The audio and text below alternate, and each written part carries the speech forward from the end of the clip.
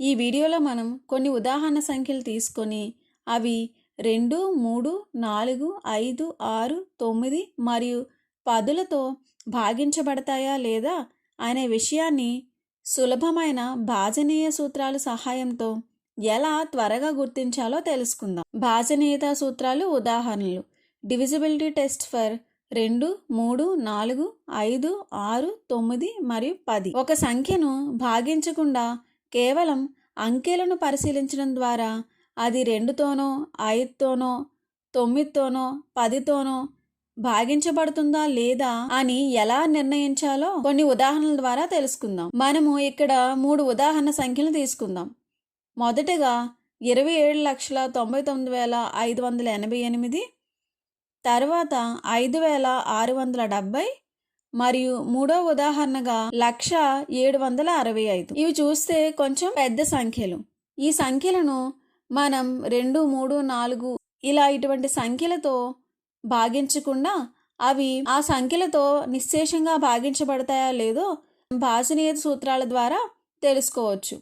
అదెలాగో ఇప్పుడు చూద్దాం. ముందుగా 2తో భాగించబడుతుందో లేదో చూద్దాం. ఒక సంఖ్య 2తో భాగించబడాలి అంటే మనకి 1ల స్థానంలో ఉన్న సంఖ్య అంటే మొదటి నెంబర్ తీసుకుంటే 8 అనేది 2తో భాగించబడుతుందో లేదో చూడాలి. 8 అనేది 2తో భాగించబడుతుంది కాబట్టి మొత్తం సంఖ్య అనేది 2తో భాగించబడుతుంది. అలాగే రెండో సంఖ్య తీసుకుంటే రెండో సంఖ్య మొదటి స్థానంలో ఏముంది?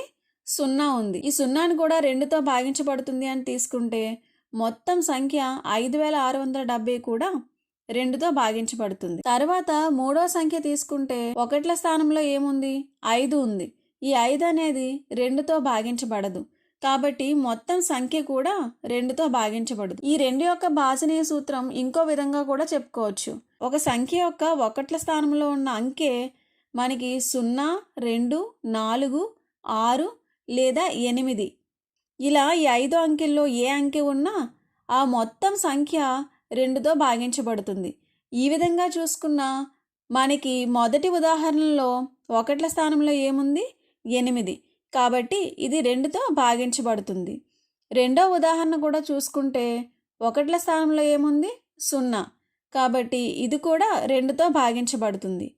మూడో ఉదాహరణ తీసుకుంటే 1ల స్థానంలో 5 ఉంది. అందువల్ల ఇది 2తో భాగించబడదు. ఇప్పుడు 3తో భాగించబడుతుందో లేదో చూద్దాం. దీనికోసం ముందుగా 3 యొక్క భాజనీయత సూత్రాన్ని ఒకసారి గుర్తుకు తెచ్చుకుందాం. 3 యొక్క భాజనీయత సూత్రం ఏమిటి? ఒక సంఖ్యలోని అంకెల మొత్తం 3చే నిశ్శేషంగా భాగించబడాలి. మొదటి ఉదాహరణ తీసుకుంటే మొదటి ఉదాహరణలో అంకెల మొత్తం ఎంత?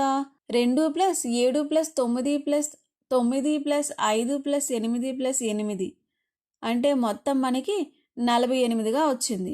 ఈ 48 అనేది 3చే భాగించబడుతుందా? అవును. 3 × 1 అంటే 3. 3 16లు ఎంత? 48. కాబట్టి ఇక్కడ మనకి శేషం ఎంత వచ్చింది? 0. అంటే ఈ 48 అనేది 3 చేత నిశ్శేషంగా భాగించబడుతుంది. కాబట్టి 27,99,588 అనే ఈ సంఖ్య కూడా 3చే భాగించబడుతుంది. రెండో ఉదాహరణ కూడా చూసుకుంటే దీనిలో అంకెల మొత్తం 5 + 6 + 7 + 0 అంటే 18. ఈ 18 కూడా 3చే భాగించబడుతుంది. 3 × 6 ఎంత? 18. 18 3చే భాగించబడుతుంది కాబట్టి 5,670 కూడా 3చే భాగించబడుతుంది. ఇప్పుడు చివరి ఉదాహరణ కూడా చూద్దాం. దీనిలో అంకెల మొత్తం చూస్తే 1 + 0 + 0 + 7 + 6 + 5 = ఎంత? 19. ఈ 19 అనేది 3 చేత భాగించబడదు కాబట్టి ఈ మొత్తం సంఖ్య కూడా 3 చేత భాగించబడదు. ఈ 2 మరియు 3 భాజనీయత సూత్రాల ఆధారంగా పనిచేసే మరొక భాజనీయత సూత్రం చూద్దాం. అదేంటంటే 6. 6 యొక్క భాగాహార నియమం ఏమిటంటే ఏదైనా ఒక సంఖ్య 2 మరియు 3లచే నిశ్శేషంగా భాగించబడాలి. ఇక్కడ మనం పరిశీలించినట్లయితే మొదటి ఉదాహరణ 2 మరియు 3లచే భాగించబడుతుంది కాబట్టి ఈ సంఖ్య 6చే కూడా భాగించబడుతుంది. అలాగే రెండో ఉదాహరణ 5,670ని తీసుకున్నా కూడా ఇది కూడా మనకి 2 మరియు 3లచే భాగించబడుతుంది కాబట్టి ఈ సంఖ్య 6తో కూడా భాగించబడుతుంది. మూడో ఉదాహరణ తీసుకుంటే ఇది 2తోనూ భాగించబడలేదు, 3 భాగించబడలేదు. అందువల్ల ఈ సంఖ్య 6తో కూడా భాగించబడదు. ఇప్పుడు ఈ సంఖ్యలు 9తో భాగించబడతాయో లేదో కూడా పరీక్షిద్దాం. 9 యొక్క భాజనీయత సూత్రం 3తో భాగించబడే విధానంలాగే ఉంటుంది. అదేంటంటే ఒక సంఖ్యలోని అంకెల మొత్తం 9చే నిశ్శేషంగా భాగించబడాలి. 3 యొక్క భాజనీయత సూత్రాన్ని పరీక్షించినప్పుడు ఈ మొదటి ఉదాహరణలో సంఖ్యల మొత్తం ఎంత? 48. దీన్ని 9తో భాగిస్తే ఏమవుతుందో చూద్దాం. 9 × 6 ఎంత? 45. అంటే మనకి శేషం ఇంకా ఎంత ఉంటుంది?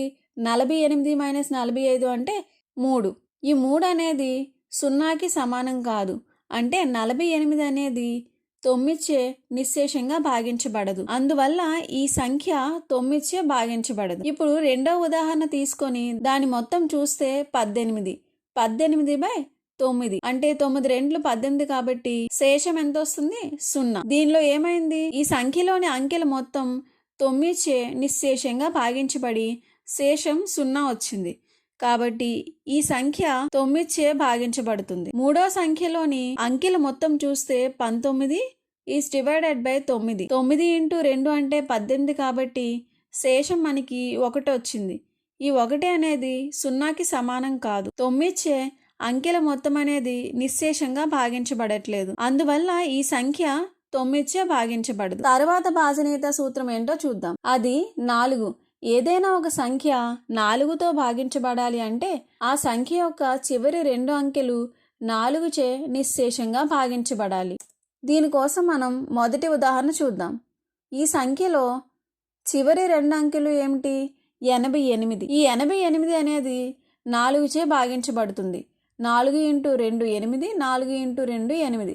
అంటే 4 × 22 88. 88 అనేది 4చే నిశ్శేషంగా భాగించబడింది. కాబట్టి ఈ మొత్తం సంఖ్య కూడా 4చే నిశ్శేషంగా భాగించబడుతుంది. తర్వాత ఉదాహరణ చూస్తే ఈ సంఖ్యలో చివరి 2 అంకెలు ఏమున్నాయి? 70. ఈ 70 అనేది 4చే నిశ్శేషంగా భాగించబడుతుందా? లేదు. కాబట్టి ఈ సంఖ్య కూడా 4చే భాగించబడదు. తర్వాత సంఖ్య తీసుకుంటే ఈ సంఖ్యలో చివరి 2 అంకెలు ఏమున్నాయి? 65. ఈ 65 అనేది కూడా 4చే భాగించబడదు. కాబట్టి మొత్తం సంఖ్య కూడా 4చే భాగించబడదు. ఇప్పుడు 5తో భాగించబడుతుందో లేదో చూద్దాం. ఇది మనకి బాగా తెలిసిన నియమం. సంఖ్య చివరి అంకె 5 లేదా 0 ఉండాలి. అంటే 1ల స్థానంలో మనకి 0 లేదా 5 అనేది ఉండాలి. అలా ఉంటే ఆ మొత్తం సంఖ్య అనేది 5తో భాగించబడుతుంది. మొదటి ఉదాహరణ తీసుకుంటే మొదటి ఉదాహరణలో చివరి అంకె ఏముంది? 1ల స్థానంలో 8. ఇక్కడ 0 లేదు, 5 లేదు. కాబట్టి ఈ సంఖ్య 5తో భాగించబడదు. రెండవ సంఖ్య తీసుకుంటే 1ల స్థానంలో 0 ఉంది. 5 యొక్క భాజనీయత సూత్రం ప్రకారం 1ల స్థానంలో 0 ఉంది కాబట్టి ఈ 5670 అనే సంఖ్య 5చే భాగించబడుతుంది. మూడవ ఉదాహరణ చూస్తే ఈ సంఖ్యలో 1ల స్థానంలో 5 ఉంది. అందువల్ల ఈ మొత్తం సంఖ్య కూడా 5చే భాగించబడుతుంది. చివరిగా మనం 10తో భాగించబడుతుందో లేదో చూద్దాం. ఇది కూడా చాలా సులభమైన నియమం. అదేంటంటే సంఖ్య చివరి అంకె 0 ఉండాలి లేదా 2 మరియు 5లచే నిశ్శేషంగా భాగించబడాలి. ఇక్కడ మొదటి సంఖ్యలో 1ల స్థానంలో 8 ఉంది కాబట్టి ఇది 10చే భాగించబడదు. ఇదే మరో విధంగా చూస్తే ఇది 2 చేత భాగించబడుతుంది కానీ 5చే భాగించబడట్లేదు. అందువల్ల ఇది 10తో కూడా భాగించబడదు. రెండవ సంఖ్యను పరిశీలిస్తే 1ల స్థానంలో 0 ఉంది. అంటే ఇది 10తో భాగించబడుతుంది. మరో విధంగా చెప్పాలంటే ఈ సంఖ్య 2తోనూ భాగించబడుతుంది, 5తోనూ భాగించబడుతుంది. అందువల్ల 10తో కూడా భాగించబడుతుంది. మూడవ సంఖ్యలో 1ల స్థానంలో 5 ఉంది. ఇక్కడ 1ల స్థానంలో 0 లేదు కాబట్టి ఈ సంఖ్య 10తో భాగించబడదు. మనం ఏం నేర్చుకున్నాం? ఏవైనా సంఖ్యలను భాగించకుండా కేవలం వాటి అంకెలను పరిశీలించడం ద్వారా వివిధ సంఖ్యలతో భాగించబడతాయో లేదో అనే విషయాన్ని కొన్ని ఉదాహరణలకు భాజనీయత సూత్రాలను అమలు చేయడం ద్వారా నేర్చుకున్నాం. దీనిలో మొదటిగా చూస్తే చివరి అంకె ఆధారంగా ఏదైనా ఒక సంఖ్య 2, 5, 10లతో భాగించబడుతుందా లేదా అనే నిర్ణయాన్ని మనం తీసుకోగలం. అంటే 2తో భాగించబడే సూత్రం చూస్తే చివరి అంకె 0, 2, 4, 6 లేదా 8 అయి ఉండాలి. ఇలా అయితే ఆ మొత్తం సంఖ్య 2తో భాగించబడుతుంది. అలాగే 5తో భాగించుటకు చివరి సంఖ్య 0 లేదా 5 అయి ఉండాలి. అలాగే 10తో భాగించబడాలంటే చివరి సంఖ్య 0 అయి ఉండాలి. దీన్నే మరొక విధంగా చెప్పాలంటే ఇచ్చిన సంఖ్య 2తోనూ మరియు 5తో భాగించబడితే ఆ సంఖ్య 10తో కూడా భాగించబడుతుంది. తర్వాత అంకెల మొత్తాన్ని కలిపి 3 మరియు 9లతో భాగించబడుతుందా లేదా అని తెలుసుకున్నాం. అంటే 3తో భాగించబడే సూత్రం చూస్తే ఒక సంఖ్యలో అంకెల మొత్తం 3తో భాగించబడితే ఆ సంఖ్య 3తో భాగించబడుతుంది. అలాగే ఆ అంకెల మొత్తం 9తో భాగించబడితే ఆ సంఖ్య కూడా 9తో భాగించబడుతుంది. తర్వాత 6తో భాగించబడే సూత్రం చూస్తే ఒక సంఖ్య 2తోనూ మరియు 3తోనూ భాగించబడితే అది 6తో కూడా భాగించబడుతుంది. చివరిగా 4తో భాగించబడే సూత్రం. దీనిలో చివరి 2 అంకెలతో ఏర్పడిన సంఖ్య 4తో భాగించబడితే ఆ మొత్తం సంఖ్య కూడా 4తో భాగించబడుతుంది. ఈ నియమాల ద్వారా మనం పెద్ద సంఖ్యలైనా సరే త్వరగా సులభంగా తప్పులు లేకుండా భాజనీయత సూత్రాలను ఉపయోగించి ఆ ఇచ్చిన సంఖ్యలతో భాగించబడతాయో లేదో తెలుసుకోవచ్చు.